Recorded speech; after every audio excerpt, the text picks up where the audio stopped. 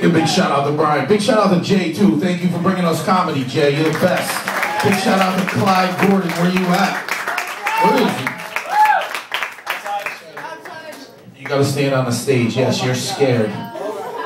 You know, hey, I gotta tell you that I've never done this before, and the funniest people here are actually my uncle, and my father. They should be up here because they know better jokes than I do. But that's okay. I want to thank all my friends. I think I know one or two of you. Thanks for coming. But here we go. Okay. You know, I'm a kid from Brooklyn, and there's a lot of misconceptions about kids from Brooklyn, like New York Jewish kids, right? And one of the misconceptions are this: that New Yorkers are rude people.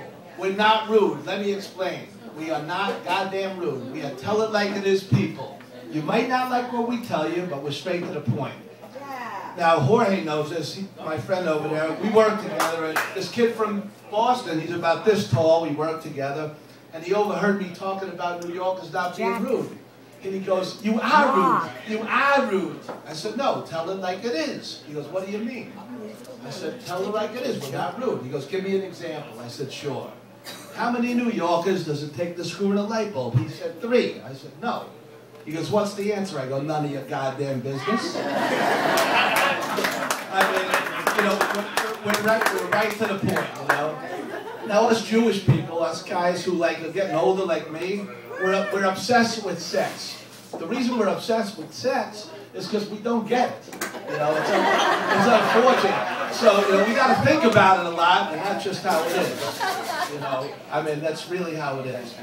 For instance, did I forget it? I forgot that joke. Oh, well, next. But I got to tell you a story about two friends of mine. Moish and Jake. Okay? Old Jewish guys, they're walking in New York, and Moish goes to Jake. "Jake, did you read the newspaper today?" He goes, "No, why?"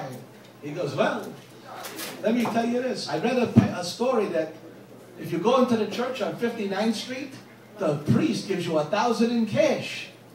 He goes, "You're kidding." He goes, "Why do I want to be a goy?" A goy is a non-Jew for people who aren't Jewish, and they have all 3 of you. But he goes, I wouldn't want to do that. I don't want to be a goy. He goes, no. The goyim are not as smart as us. What we do is we go into the church, make believe we're going to be goyim. We walk out with the cash. We take Sylvia and Mildred to the Catskills, all expenses paid. He says, "I couldn't do it. It wouldn't be honest." He goes, "Suit yourself. I'll go with Mildred. You'll stay home with Sylvia. She'll be pissed at you like she always is." So Moish goes into church, comes out a half hour later. Jake goes, "Moish, should they give you the cash?" He goes, "Is that all you goddamn Jews think about?" Now, thank you. Now, since I'm so old and all these other kids, I broke out my cheat sheet. Now that's because if I forget stuff that I wanted to tell you that's pretty funny, I do have my cheat sheet. Now this is really a true story. About 25 years ago, I was running a car dealership in California, and my partner's kid was having his first communion, you call it, communion, and I had never been in a church before, ever. So he says, "Why don't you come and bring your wife, and after you'll come out with the family for dinner. They have a big Italian family." I said, "Okay, no problem." Said to my wife, "Let's go into the church, but let's sit in the back, just in case we got to get the hell out of here. If it's so long, I don't want to sit here for 3 hours." It was kind of interesting, you know, the kids are going in their white robes, they get the sugar cube, that holy water. I think it was tequila, but they say it was holy water. So, it was really cool. Now, at the end of the gig, the deacon comes up to me, he goes, "Could you help me out?" I said, "Buddy, I'm a Jew, I don't know anything about the Catholic Church." He goes, No, all you gotta do is take this collection bucket and walk down the aisle and collect from everybody. I said, "No problem, I'm a Jew, I know how to collect money." So I'm walking down the aisle and people throwing in money, 5, 10, 20, 10, 20, and this woman, this old lady, goes like this to me. She shoos me away. I said, "Excuse me." I'm pointing to the box, "Put some money in there." She's like, "No." And I go, "Look, lady, put some money in there." And I'm looking to the left, and all my friends are like on the floor dying. I go, "I wonder what they're laughing about. I don't know." I go, "Look, lady, I'm not leaving until you put some goddamn money in this box." So she puts some money in, and then I go on to the next person. I walk back. I have 5 times as much money as everybody else. So I'm outside. My friends go, Brian, that was the funniest thing I ever saw. I go, what was so funny? You were beating the shit out of that poor lady. I go, she didn't want to pay. They go, Brian, it's optional. I go, how the hell was I supposed to know? I'm a damn Jew. Now that's why the Catholic Church needs some goddamn Jews. What do you think? What do you think? I got to go back to my cheat sheet, okay? As long as I tell good stories, I can go to my cheat sheet, right? That's okay. Let's see, cheat sheet. That really did happen. I didn't make it up. Okay. Oh, you know, all right. Well, you know, I got to tell you a couple of stories about the brothers. I know we got a couple of brothers in here. They're outside. But, they're outside? They're not in yet. Oh, they're not allowed in yet. Thank God for that. Okay. Because I don't want to get shot, you know. Really, I don't.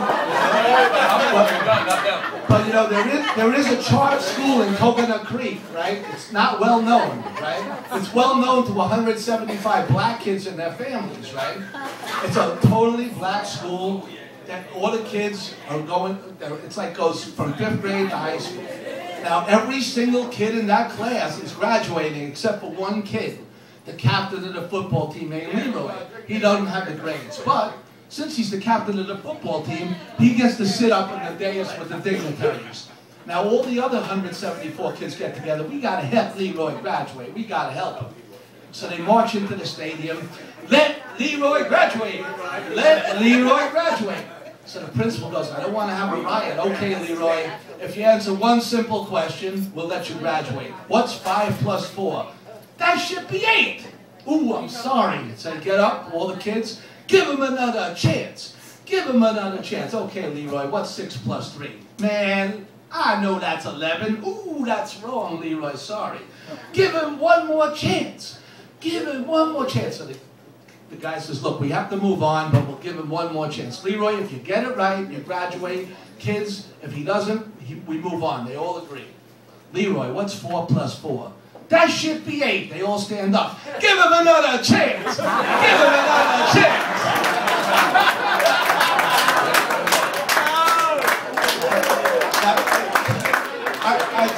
I do have one more story about the brothers. See, the thing is, everyone's laughing, but 68% of the people here have heard these jokes before. But that's okay. Now, one more story about the brothers. In 5th grade, they had a class, and the teacher wanted to know what your parents do for a living. Well, the kid goes, well, I only have one parent, my mother. Okay, what does she do for a living? She's a substitute. Oh, really? Where does she teach? What you mean, teach? Well, she's a substitute. Yeah, she's a substitute for my Aunt Mary. I don't understand. Well, what does she do? Well, she's at home. Oh, homeschooling. What you mean schooling? Well, what does she do? Okay, what she does is on Monday morning at 9 o'clock, for the week that my aunt was away, the doorbell rings. A man goes into a bedroom. Half-hour later, he comes out, gives her $50. Then another man comes in, does the same. And that happened for a whole week. Well, I hate to tell you, Leroy, but your mother is a prostitute. She's a substitute. Well, when a woman has sex for money, she's a prostitute. Man, just because I'm black don't mean I'm stupid. See, my Aunt Mary, she a prostitute? My mother's being her substitute. She on vacation. Okay, let me look at my cheat sheet for one more. My last one here. Oh, my aunt, I have one more joke. My aunt's favorite story of all time. Does anyone have a $1 bill, please? I need a $1 bill. You're not getting it back. And oh, a Jew giving me $1. Oh my God, that's a 5. No, no, he wouldn't give me a 5. Okay. My last story. Thank God.